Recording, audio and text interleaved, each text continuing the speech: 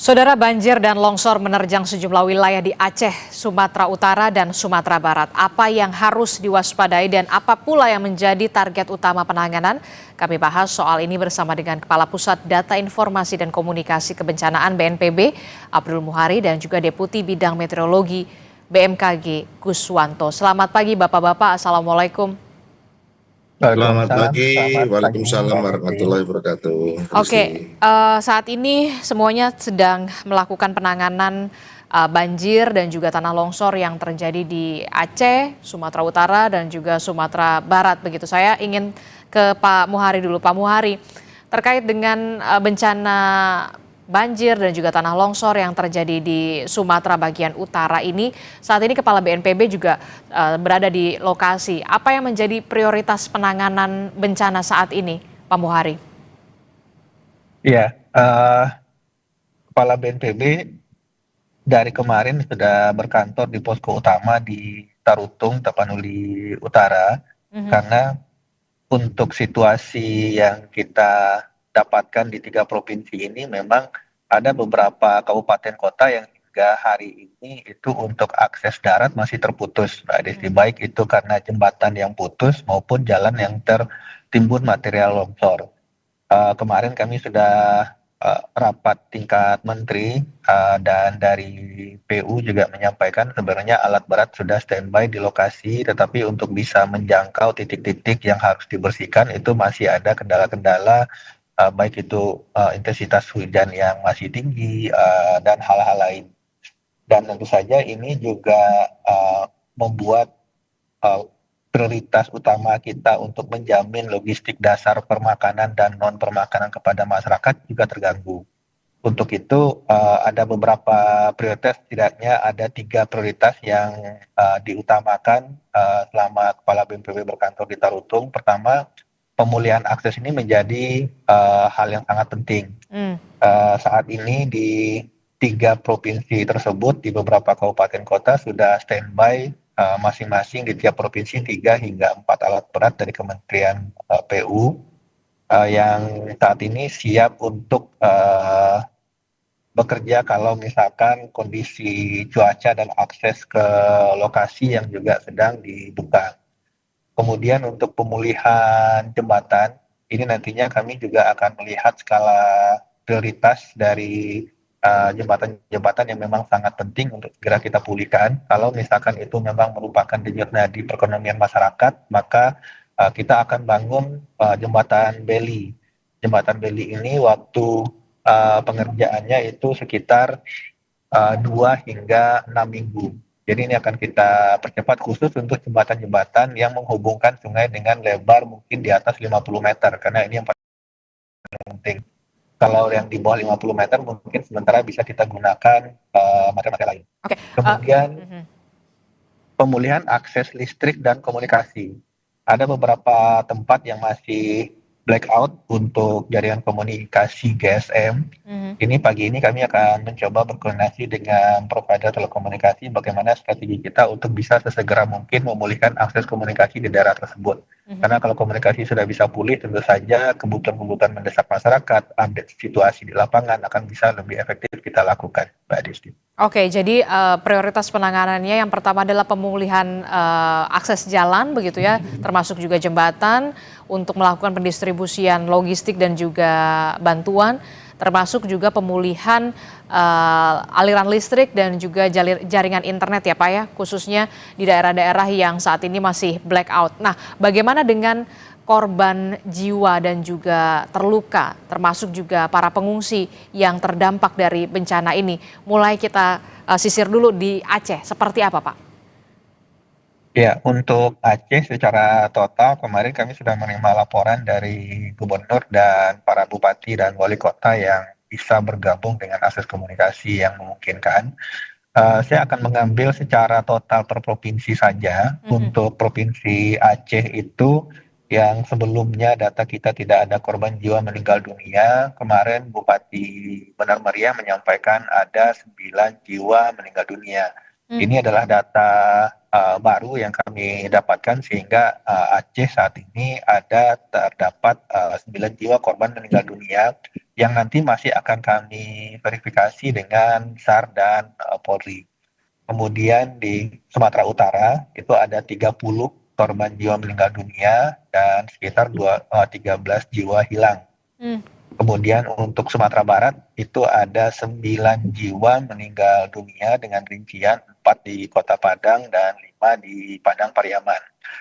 Memang masih ada beberapa korban hilang dan masyarakat yang masih harus dievakuasi ke tempat yang lebih aman.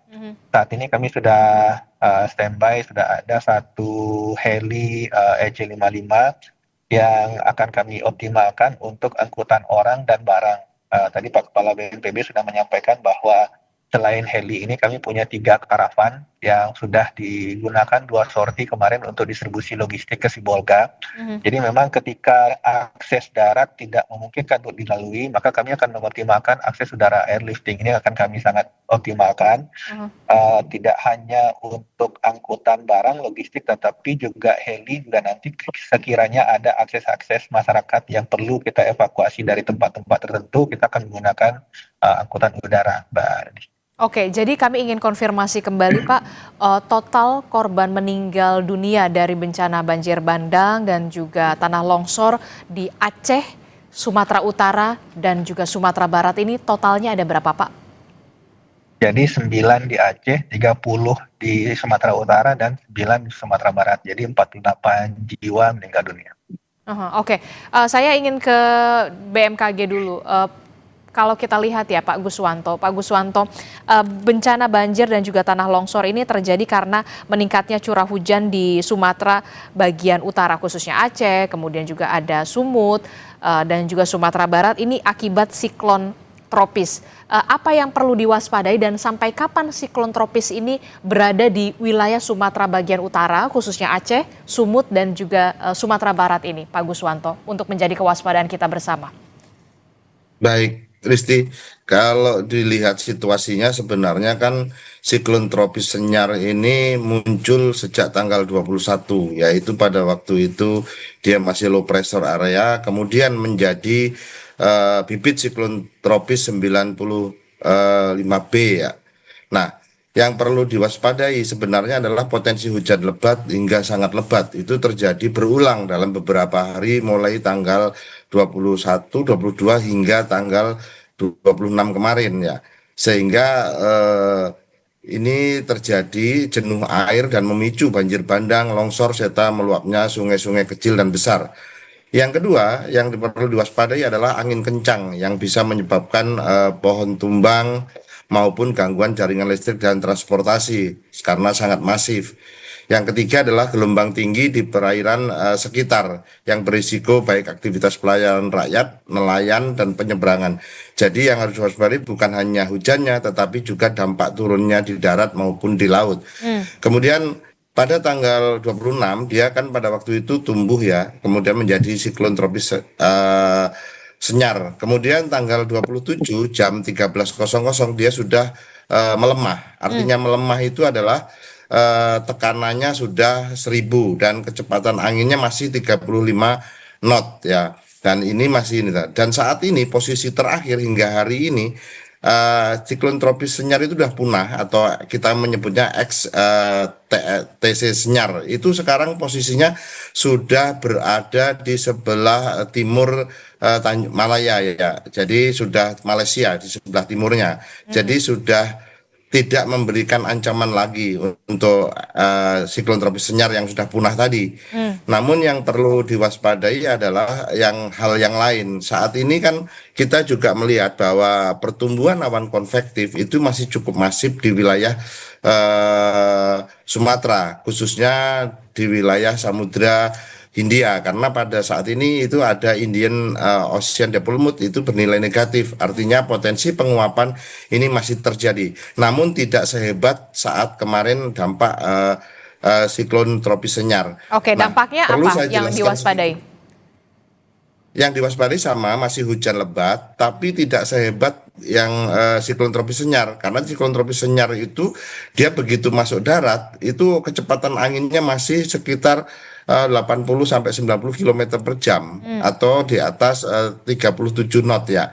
Dan ini menyebabkan turunnya hujan di sekitarnya dan kemudian menyapu semua pohon-pohon akan tumbang oleh kecepatan angin yang begitu dahsyat dan ini dia tidak mati masuk daratan jadi dia aktif dulu dalam beberapa saat setelah itu baru punah ini Risti yang menyebabkan kenapa dampaknya cukup Parah. dahsyat karena dia sempat ya karena sempat masih aktif kalau saat sebenarnya siklon tropis ini harusnya dia eh, punah masuk daratan itu karena apa? Karena energi untuk pergerakannya biasanya kan dari pemanasan di air laut. Nah, demikian Risti. Oke, untuk kemungkinan masih adanya potensi curah hujan yang masih tinggi tadi Anda sebutkan di Ya. wilayah pesisir Samudra Hindia begitu ya. Itu berarti di wilayah mana saja, Pak? Dan apakah ini selain juga curah hujan yang sangat tinggi, ada juga gelombang tinggi atau seperti apa? Baik, kalau kita melihat pada posisi dinamika atmosfer maupun perakiraan BMKG, kita melihat bahwa masih ada mesoscale convective complex yang berada di Samudra Hindia dan ini bisa masuk ke wilayah Indonesia. Namun dari wilayah-wilayah yang saya sebutkan lebih dominan adalah di wilayah Sumatera Barat, kemudian masih ada sebagian di Bangka Belitung, kemudian sebagian masih ada di Pekanbaru, ya. Sedangkan dampak untuk gelombang tinggi itu sekitar Nias, kemudian kita juga melihat masih di Natuna ya. Ini juga masih perlu kita waspadai. Yang jelas saat ini masih ada konvergensi ya suplai uap airnya karena itu kewaspadaan terhadap cuaca ekstrim masih kita monitor terus di Sumatera bagian utara. Oke, Sumatera bagian utara masih terus dimonitor. Lalu bagaimana Ya, dengan intensitas curah hujan? Ini kan kenapa saya tanyakan intensitas curah hujan karena ini selaras dengan upaya untuk pembukaan akses jalan yang saat ini tengah dilakukan oleh BNPB, TNI dan juga Polri. Bagaimana kemudian intensitas curah hujan khususnya di Aceh, Sumatera Utara dan juga Provinsi Sumatera Barat untuk paling tidak 3 hari ke depan, Pak Guswanto? ya, baik. Kalau kita melihat pada potensi curah hujan yang dihasilkan dari citra satelit, kita masih melihat bahwa saat ini potensi untuk hujan sedang maupun hingga lebat itu masih terjadi di eh, Sumatera Barat ya, khususnya di perbatasan antara Sumatera Barat dengan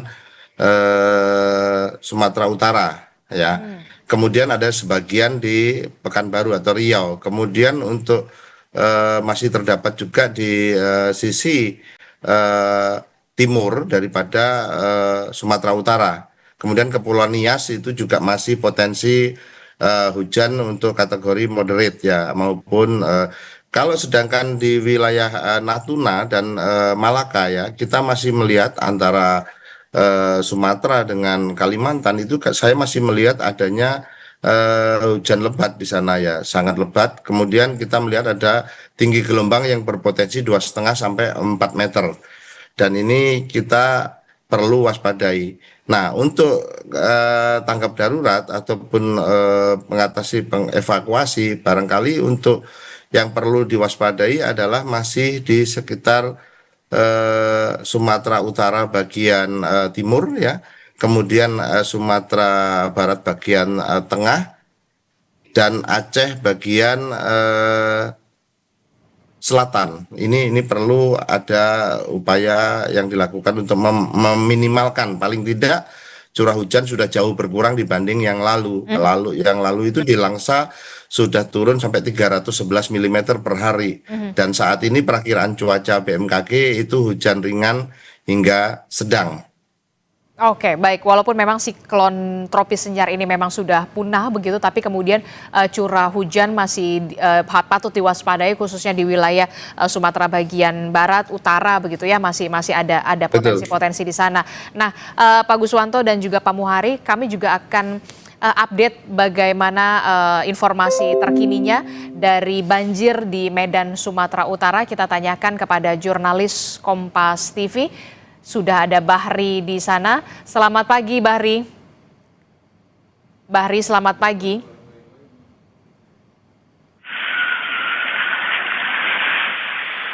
Bahri, Anda saat ini berada di posisi di mana dan bagaimana kondisi banjir di pagi hari ini di sana? Bisa diceritakan kepada kami semua. Ya, baik, Adisti dan juga saudara. Pasca banjir yang melanda Kota Medan sejak jam siang, Kamis siang tadi hingga Jumat dini hari. Hingga pagi ini banjir sudah mulai berangsur surut.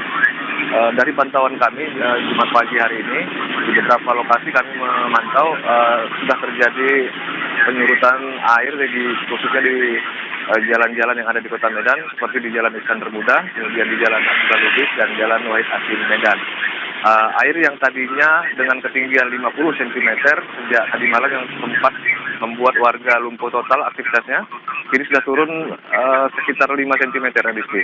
Dan kondisi ini membuat aktivitas warga kembali pulih, namun dari pantauan kami hari ini memang tidak seperti biasanya. Warga yang biasanya pukul 7 pagi sudah ramai melintasi jalan di Jalan Iskandar Muda, kemudian di Jalan Wahid Hasim dan Jalan Abdul Lubis, namun hari ini terpantau cukup sepi. Kemungkinan para warga mungkin masih berada di rumah masing-masing karena hampir 50% lebih rumah warga yang ada di Kota Medan tergenang banjir, Adisti. Dari pantauan Anda di lapangan, Bahri Nafri, wilayah mana yang paling parah terendam banjir khususnya di Kota Medan, Sumatera Utara? Ya, baik, Adisti dan juga saudara. Untuk banjir di Kota Medan memang yang paling parah terjadi di dua titik, antaranya di Kampung Aur Kota Medan yang terjadi di kawasan pinggiran atau bantaran sungai, di mana ketinggian air mencapai 2-3 meter. Kemudian ada satu titik lainnya yaitu di Kecamatan Medan Marelan. Di sana juga sebagian merupakan bantaran sungai dan pemukiman warga, Adisti. Oke, terakhir singkat saja, bagaimana dengan posko pengungsian untuk warga terdampak dan pendistribusian bantuan logistik dari pemerintah Kota Medan sampai saat ini? Ya, baik Adisti dan juga saudara. Untuk pengungsian khususnya di satu lokasi tempat kami melaporkan kemarin, yaitu di Kampung Aur, Kecamatan Medan Maimun, memang posko bantuan posko darurat sudah diberikan atau disiapkan oleh pemerintah Kota Medan, khususnya bersama tim BPBD Kota Medan, di mana di tempat itu disediakan juga 3 titik posko pengungsian, yaitu di satu tempat pemukiman atau rumah seni yang dijadikan posko pemukiman. Kemudian ada satu tempat lagi merupakan satu SPPG atau tempat memasak makanan bergizi gratis. Kemudian di depan lokasi tempat warga mengalami kebanjiran. Dan di sini dapur umum juga sudah disiapkan serta makanan dan obat-obatan adisi. Oke, baik, nanti kami akan update lagi perkembangannya dari bencana banjir di Kota Medan, Sumatera Utara. Terima kasih Bahri Nasri telah melaporkan langsung dari Kota Medan, Sumatera Utara. Tetap berhati-hati dan juga waspada. Selamat bertugas kembali. Saudara, kami akan lanjutkan perbincangan kami bersama dengan BMKG dan juga BNPB begitu ya, terkait dengan penanganan bencana banjir dan juga tanah longsor di wilayah Aceh, Sumatera Utara dan juga Provinsi Sumatera Barat.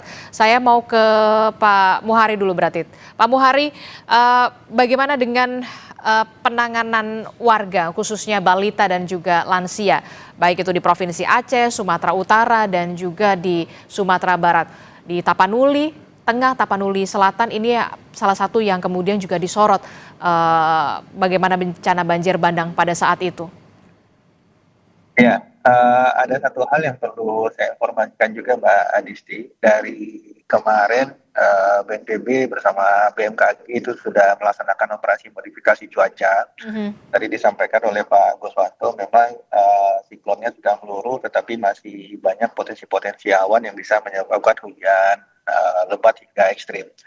Kita sudah mengerahkan 2 unit pesawat untuk beroperasi di 3 kawasan provinsi ini, yang kita harapkan nanti ketika intensitas hujan bisa kita kurangi, maka tentu saja efektivitas dari tim darat yang bekerja itu bisa lebih optimal. Itu yang pertama.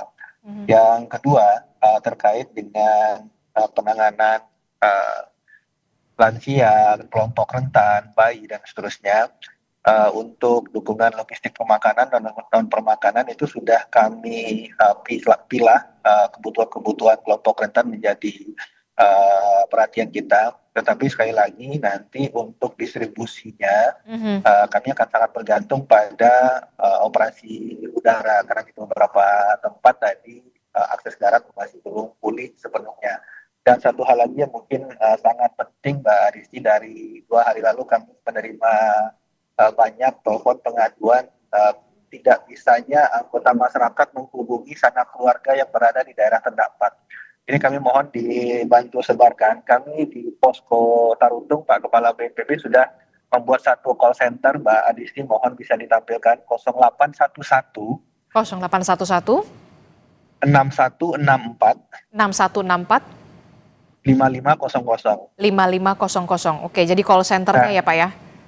ini kami harapkan masyarakat bisa menyampaikan data kerabat yang tidak bisa dihubungi. Karena kalau ini digunakan untuk menelpon, pasti jalurnya akan traffic dan juga kami khawatirnya tidak bisa merespon. Mhm. Nantinya ini kami harapkan masyarakat bisa menuliskan data kerabat sanak yang tidak bisa dihubungi. Nanti tim kami yang ada di kota itu akan meng-cross-check di lapangan. Mhm. Jadi ini kami harapkan bisa membantu.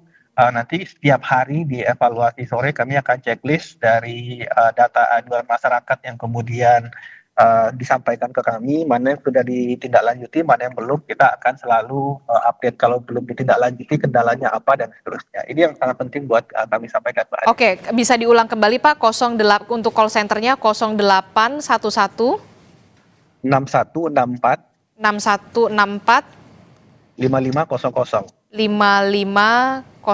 Oke.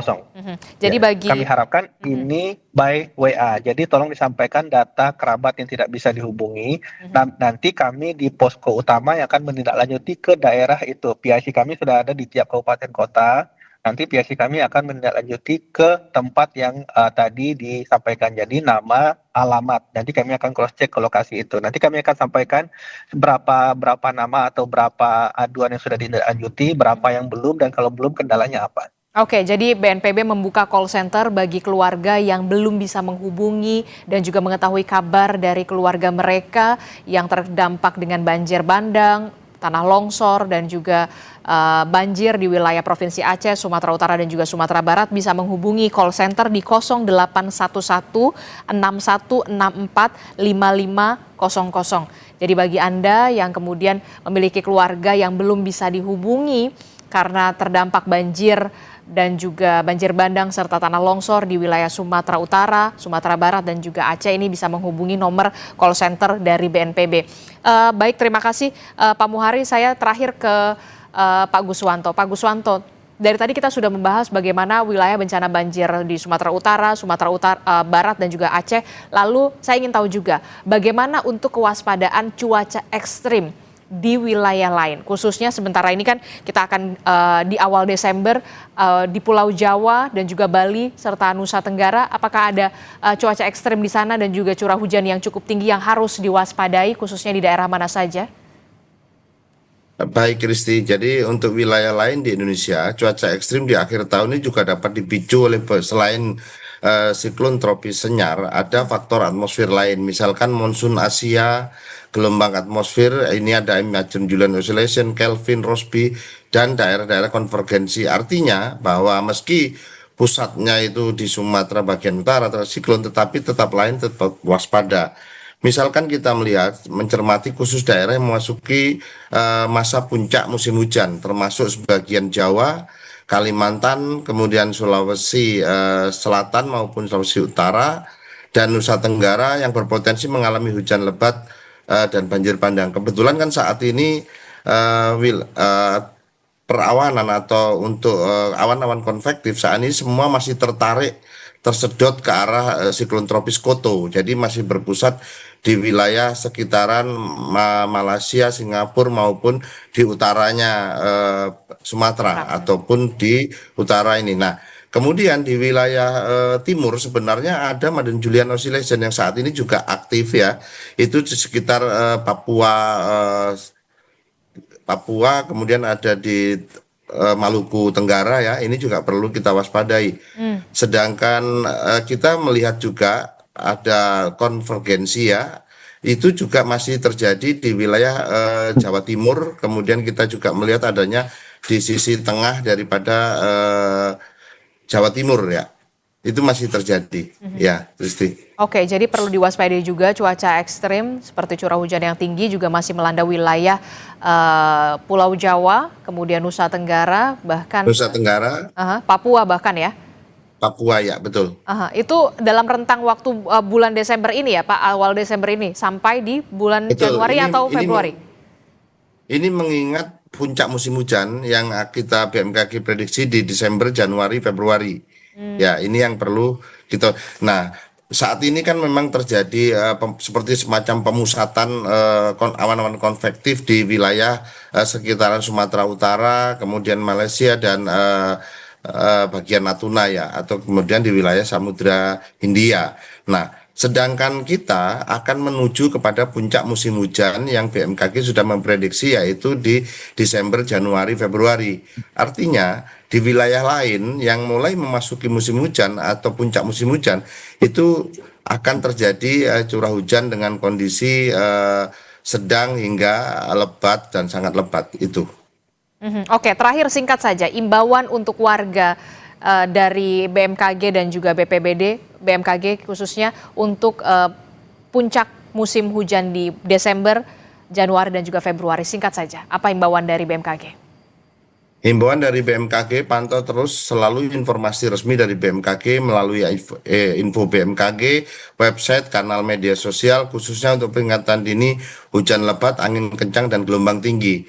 Yang kedua, waspadai lingkungan sekitar. Jika tinggal di dekat tebing, lereng, curam, atau bantaran sungai, segera waspada bila hujan turun terus-menerus dalam durasi panjang, terutama di malam hari.